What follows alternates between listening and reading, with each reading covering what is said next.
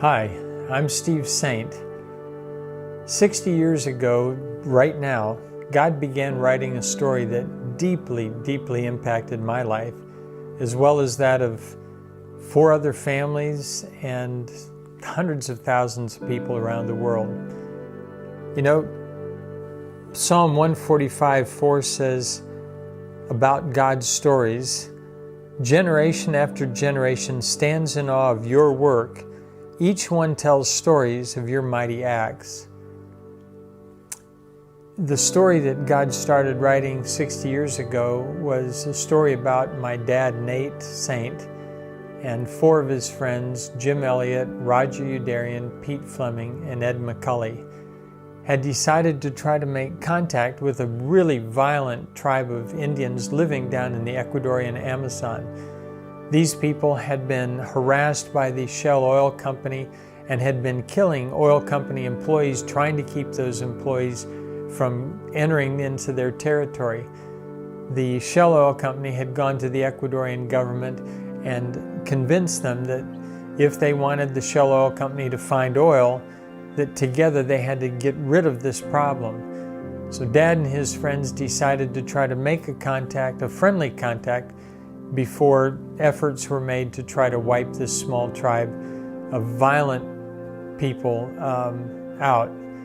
In the process, Dad and his friends were killed, but that's only the beginning of the story. A few years ago, I was traveling with a man that we call Grandfather Minkai, one of the members of the tribe that killed Dad and his friends.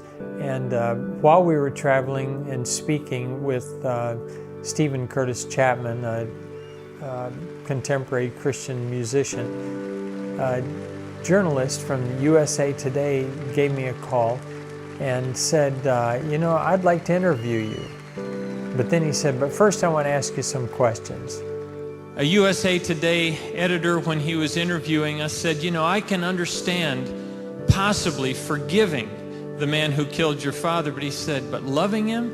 That seems almost morbid. And it would be if it wasn't true. But the answer to why and how something like this can happen is really very simple. It's God's grace and the power of His Word. My dad and his 4 friends were willing to die rather than to kill the Waodani. When they were attacked, they all had guns and the Waodani had spears. So I figured as a little boy, well, my dad must have loved the Waodani. And then after Dad was killed, every night when we'd meet for family devotions, my mom would pray for those people that had just brutally killed my dad and ruined my life.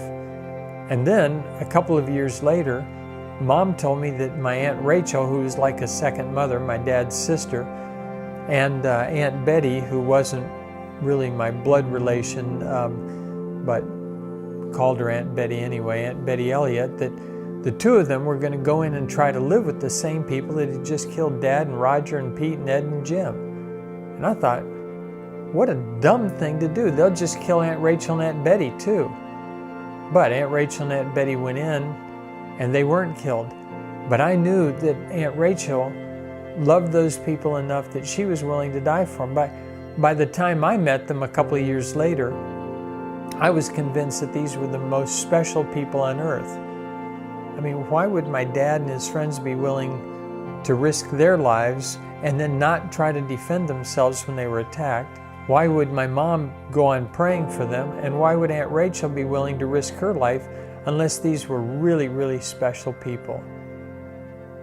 I thought, as my conversation with the journalist was winding down, I thought, there's an old saying, hurt people hurt people.